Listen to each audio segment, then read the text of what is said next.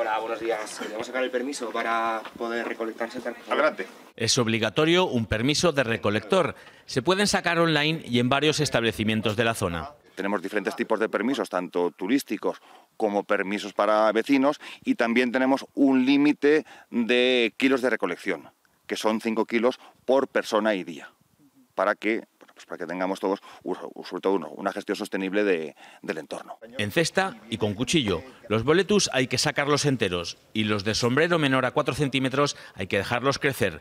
Los no comestibles se quedan en el monte. Hemos encontrado entre los 4 14 kilos de boletus. Se regula la recogida de setas para proteger el entorno. Hasta aquí vienen aficionados de toda España. Nosotros venimos de Cuenca porque nos gusta la micología y aquí sabemos que seguramente que vayamos a coger. De Murcia. Y todo el año lo hacemos los dos. Hacemos varias escapadas, disfrutamos. Animamos a la gente que venga, que disfrute de nuestros montes, que son un paraíso, ¿no?